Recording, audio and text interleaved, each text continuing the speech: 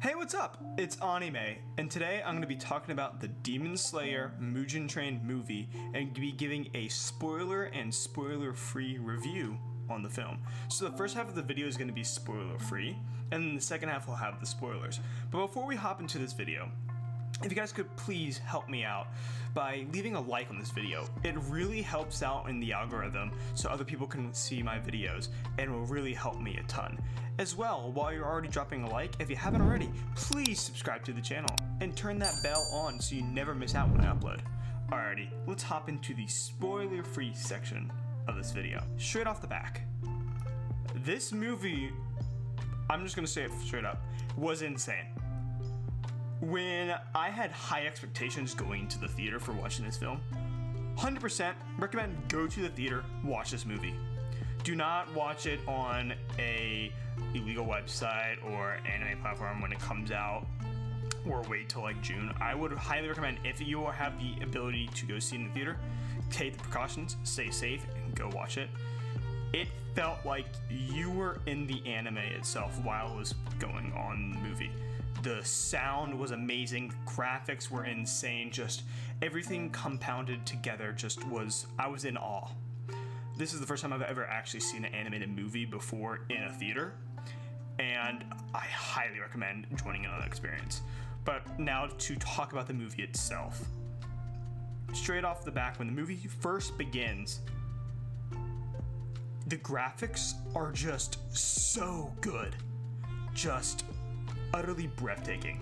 I don't know how to just explain it or just spit the words out. This is kind of like a rant, but the graphics were just in awe. I was just in awe, just blown away by how good the graphics are. There's some scenes where there's snow and it looks like it's out of a straight movie, just like in real life, not an animated film. And just big props to the studio who made this movie. I don't know it off the top of my head right now, but just big props.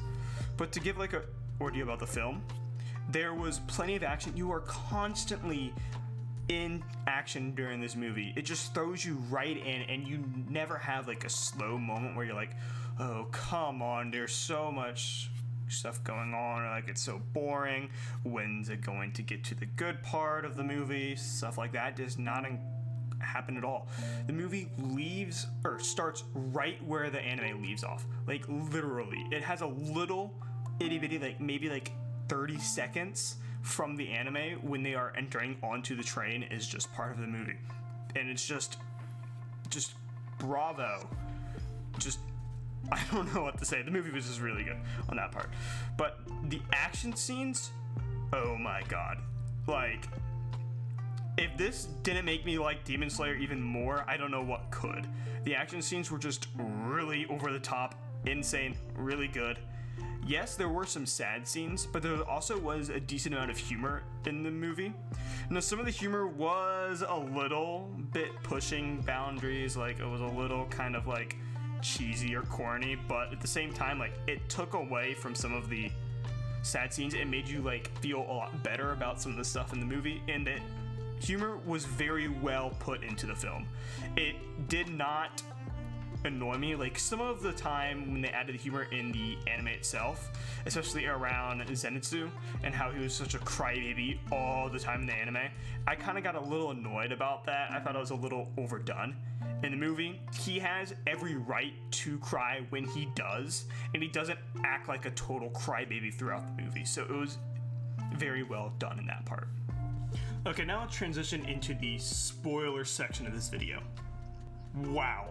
Just wow. All I can say is, if you haven't already watched the spoiler-free section, I'm just gonna give a little recap. I love this movie. Straight out, I had high expectations, and they were met at the park. They were I was blown away by how good this movie was done. So right off the back, the movie starts off with all these gravestones being shown, and it kind of gives a foreshadowing aspect, I guess, to what the rest of the movie is going to show, and it kind of is the same location where the movie leaves off and ends. So that's kind of a big thing to pay attention to when you go watch the movie, is that part there, and just kind of listen to some of the dialogue, because it it is very important for the end of the movie, just a little heads up. So movie begins. Then after that is the gang is going over to the train, and they're gonna hop onto the train, and yeah. So they're all on the train trying to meet Rengoku, which is, I like to call him the fire dude, but it's the Fire Hashira. And this guy is super cool. And when they meet him, it's such a good scene. Like, it's kind of funny and humorous, but at the same time, it's kind of showing like who Rengoku is as a person. And it's a pretty cool scene. And then they all sit down, they start to talk some. And Rengoku is talking with Tanjiro, and it's kind of like a good relationship between the two. And then Goku is offering Tanjiro, saying that he would like to train Tanjiro. And it's kind of like a sweet moment where it looks like Tanjiro might be Rengoku's new student along with the rest of the gang. So they might all be trained by Rengoku in the future. Sadly, as you might find out in the rest of the movie, that's not the case. And then some guy walks up, the train conductor is actually the some guy, and he starts clipping their tickets. Now, you later find out that Enmu, which is the lower rank 1, has embodied himself in the tickets somehow, not really explain how he does it, but he's a demon, so demons can do weird things, yada yada yada. And when he clips the tickets, it makes all of them fall asleep. After he clips the tickets, though, we don't see the characters fall asleep right away, and they go off to fight some demons on the train. However, after they fight these demons, it instantly shows them like sitting down asleep. So I would like to believe, and I think I theorize that this is the case, is I don't know if this is true or not, but I think that they were already asleep, and fighting the demons was just the first phase of the dream sequence itself. And then they get into their happy dreams alone. So while everybody's asleep, the hand of Enmu, sorry, not Enmu. I'm sorry, yeah. That person's name, I swear, is just one of the weirdest names I've seen in a long time. Goes to these kids who, one of them is actually dying. It's kind of actually like really sad, and it's tricking these kids to go tie themselves to all the characters like Tanjiro, Rengoku, and the rest of the gang, and then go into their dreams and kill them from their dreams. So it's kind of like an Inception deal in a way, but instead of trying to make them think of something in their dreams, they're trying to kill them in their own dreams, which is kind of a little dark and scary, but I don't know. It's a demon controlling little kids to go kill our heroes, quote unquote. I guess you can call them heroes, the demonslayers. But yeah, it's pretty dark in my opinion. And so we get to see everybody's dreams. Tanjiro's dream, oh my god, it's so sad. It's literally him living with his family as if they never were killed by the demon in the beginning of the TV show, and if Nezuko never got turned into a demon. It's such a sweet, happy dream. And then everything gets pulled away when Tanjiro realizes it's fake. Then you get to go see Rengoku's dream, which is just, it's really sad because it shows how much he wanted to impress his father, and his father just turned him away and just didn't care about Rengoku, and kind of gives us a look into his past.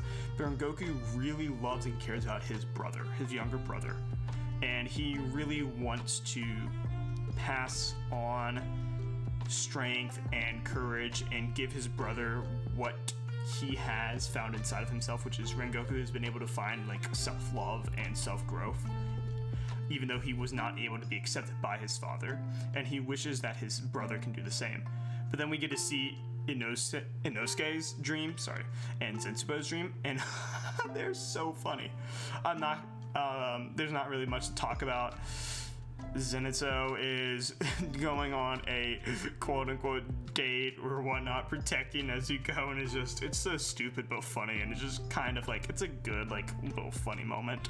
And then Inosuke's dream is where he's controlling everybody else, and they're all fighting the train because the train's like a big monster, which turns out in the actual movie it is. But besides that, I don't know, I thought the dream sequence was pretty funny. It was a good way to take yourself out of the action for a bit, but then like pull you back into the action. And when Tanjiro realizes it's not a dream, or that he's stuck in a dream and it's not like reality, is when everything just goes crazy. And then in the real world, not the dream itself, Nezuko wakes up, escapes, and it's kind of like a cute, funny scene where she's trying to free Tanjiro, and she just smacks him on the head, and she starts bleeding. I don't know why I'm laughing, but it was funny. You have to see it to understand, but it was pretty funny when that happened. But she just lights everything on fire in that area, and is able to help Tanjiro get out of the rope that's tied to him. And upon that, Tanjiro, this is probably, I'd say, one of the darkest scenes in the movie itself. He puts his katana to his neck and he kills himself. And while he's doing that, the blood splatters across the snow. And that cinematography was just animatography, I guess, because it's not cinematography, but was just wow. Just, I was blown away. Sorry if I'm making so many pauses here. I was just in utter shock. It was so good. Another part, one of my favorite scenes in the movie, sorry if I'm like jumping around right now, was right in the beginning of the movie, or right in the beginning of the dream sequence, sorry about that. Tanjiro is walking through the snow, and this scene, it's just looks so realistic. It's just incredibly done. Again, like I said earlier, major props to the studio doing this anime movie. Just wow. So boom, Tanjiro kills himself, wakes up, is like, what's going on? Has to fight the kids. And this scene is so sad because you can just see how heartbroken these kids are and how they just want to have a happy dream before they die. And this one boy who is in Tanjiro, who saw his soul and how like bright and pure Tanjiro's soul is just fighting every urge to attack Tanjiro, and he's just Tanjiro's soul and how like peaceful and happy it is turned this kid who's dying of, I think it was tuberculosis, to a happier person at that moment. And Tanjiro is able to get out and escape, and he starts fighting Enmu. And this fight was super cool. So Enmu has the ability to make whoever he looks at with his like hand itself, makes him fall asleep. And he constantly is making Tanjiro fall asleep, but Tanjiro knows it's a dream. So he's constantly killing himself in the dream and fighting on and on and on, to the point where he quote unquote kills Enmu. And then we find out, sadly, that Enmu has turned himself into the train. So the whole train itself is now a demon. So I guess the movie called Mugen Train is taking place on a train for the entirety of the film, basically, because the whole train is a demon. And this sequence, the fighting from that goes on in the train, was top tier. It was really good. Just all the attacking, the fighting, just everybody running around the different carts trying to protect all the people, as slowly Rengoku wakes up and Zenitsu wakes up, and it's just everybody's fighting, defending. Oh, when Zenitsu wakes up, it's a funny scene. Nezuko gets attacked and she's like in trouble, and then boom, like the Flash, just Zenitsu just comes in, just saves the day. And then instantly after he does, he just goes back to dumb mode. And it's just so funny, Nezuko's reaction. That part, the whole theater starts laughing at that part. It was really funny. But then Tanjiro and Inosuke get to the front of the train, and they start fighting Enmu. And they do all these different attacks, and Enmu starts to keep on making them fall asleep, to the point where she nearly makes Tanjiro kill himself in the real world, because she makes him go to sleep, and he's closing his eyes while trying to avoid looking at these eyeballs Enmu can put out of her body to like make him fall asleep. And Inosuke saves his life, and then they tag team Enmu and defeat him. That scene was so good. And then just the conductor of the train decides, you know what, I'm gonna go stab Inosuke in the back. And then Tanjiro goes, you know what, no! Inosuke jumps in front of him and saves him, and Tanjiro just gets stabbed. But instead of attacking the train conductor, Tanjiro tries to save his life when the train starts to collapse because Enmu decides to just go berserk right as he's dying. The train crashes in this insane, intense scene, and you're like, oh my god, that just happened. And you think, oh, the movie's about to end. As Rengoku approaches Tanjiro and teaches him how to like breathe correctly so he can close the wound on his chest, or like help close the wound so he can start to survive, because it was a pretty bad wound. I believe it was like right around his liver or spleen area. So in like real life, he would need to be taken to a hospital like ASAP, especially since he removed the blade and was moving around and walking. That wound would be very, very bad. And like he continues to walk afterwards, like later on in the film, and honestly, I feel like he should have just lied down and rested for after like he did his one moment. He should have been out for the count, I felt, at certain points. But then again, he has that healing breath ability to like close the wound and help. And then this scene is just crazy. Akaza, the upper three, I believe I pronounced the name right. Don't roast me in the comments if I mispronounce the names. I'm really sorry, guys. Akaza appears, and it's like, oh my god, what is going on? This man right here, like, I'll put his picture up right now. I instantly, like, I'm sitting there like, he looks like Sukuna kind of from Jujustu Kaisen. I was like laughing about that in my head. Just like, yeah, it looks like Sukuna. And then like, I kind of like see some similarities between JJK and Demon Slayer. I might make a video about that actually in the future, like the similarities between Demon Slayer and Jujustu Kaisen. If you guys want to see that, drop a comment down below, just saying. But let's get back to the fight. Akaza comes up and he just looks like he's going to mess everybody up. Like he just comes in and is like, hey, just as a cocky douche kind of like way, he just shows up and he just looks at Tanjiro on the ground and just starts insulting Tanjiro, saying like he's weak because he's lying on the ground injured. Yeah, and like in the other part, like Tanjiro just kills Enmu, sacrifices himself to save Inosuke's life, but he's being called weak. And Rengoku does not have that. So Rengoku and Akaza have an all-out battle, and let me tell you, this fight sequence, oh my god, like, wow. Probably like top 10 best fights I've seen so far in like anime, period.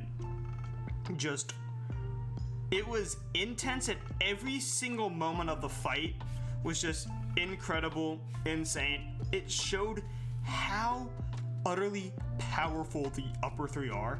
And to think, if this is just number 3, how scary rank 2 and rank 1 are, even like the head of the demons, how like much our characters like Tanjiro are gonna have to grow and develop and train to be able to even come close to just surviving a fight, not even beating them, just survive the fight. So Rengoku is just getting his ass, honestly, he's getting his ass handed to him. He's just getting destroyed over and over again because Akaza he gets his limbs cut off and is instantly heals them. It's just unfair fight, just brutally unfair. And then, just as you think everything's over, Rengoku looks like he's about to die, and then he just gets real mad, concentrated, and then just pulls everything he has in him and attacks. And this scene is you're just in utter shock by what happens. You see him run up and attack Akaza, and the first time ever Akaza just like gets scared for a second. You see like just a little bit of fear in him for a brief moment, and then boom, Rengoku gets impaled by Akaza's arms, and then Akaza basically is going to kill Rengoku, and you know like Rengoku's gonna die, and you slowly see the stun come up, and Rengoku grabs Akaza's arms, and Akaza's trying to break free, but he can't because Rengoku's putting every single thing he has in his body, in his life, in his last breath, to hold him there and not let him leave. And this scene is just, it's so much. Just, it's so good. And then, as the sun slowly comes up, Akaza, as the pussy he is, decides to take off his arms like a lizard can just take off his tail. Just boom, arms come off, and he just flees. And Tanjiro, this scene right here, wow. This is one of my favorite scenes, is Tanjiro just starts yelling at him, calling him a coward for running away, just constantly insulting him. And Akaza's like, I'm not afraid of you, I'm afraid of the sun. And Tanjiro takes his katana, puts the fire breathing ability that he has into it, and just chucks it. And just impales Akaza. And he just keeps on running. So Tanjiro's katana's gone. And they all go back, and Rengoku has Akaza's arm still in his chest. That's the only reason why he's still alive. And Rengoku starts talking to Tanjiro. And that scene right here, it's very emotional and very well done. And it kind of leaves off where the anime is going to begin, hopefully with season 2, which is going to be Tanjiro and the gang going to Rengoku's family's house and leaving his last words to his father and his brother, but then also looking more into his father and Tanjiro's father's style of fighting, or the dance that he does that allows Tanjiro to use the fire ability. I can't remember the dance off the top of my head, sorry. But just after that scene, everybody is crying. And you hear me like chuckle for a bit, because Inosuke has like this little moment where he's crying, he's bawling, and goes, don't cry guys, stop crying, I'm not crying. And it's that humor right there kind of takes you away from the pain and like sadness that you're getting from the movie. And then you see this crow flying by. I'm like, oh look, it's Eren, guys. If you finish Attack on Titan, you get the joke. But so the crow, or the bird, flies away, and it's crying, has a tear. And the crow is a messenger for all the different Hashira, and it tells all of them that he died. And then the movie ends just how it kind of like began, with the head of a Hashira, as he's talking about that he's going to soon meet Rengoku in heaven, because the head of the Hashira is sick and he's dying. But yeah, overall guys, this movie, I'd honestly say like it's a solid 9.25 out of 10. Highly recommend you go watch it. But if you guys made it this far in the video, I want you to comment down below which character or which scene in this movie was your favorite. And thank you guys so much for watching. This movie really was extraordinarily good, and I'm sorry this was just like kind of like a ranting video, but I wanted to get everything that I thought about the movie out and just kind of like just be fully natural, no script and nothing behind this. It's just all me telling you how I really felt. So yeah, thank you guys so much for watching. Remember guys, stay safe, stay healthy, stay frosty. Peace out. I'll see you in the next one.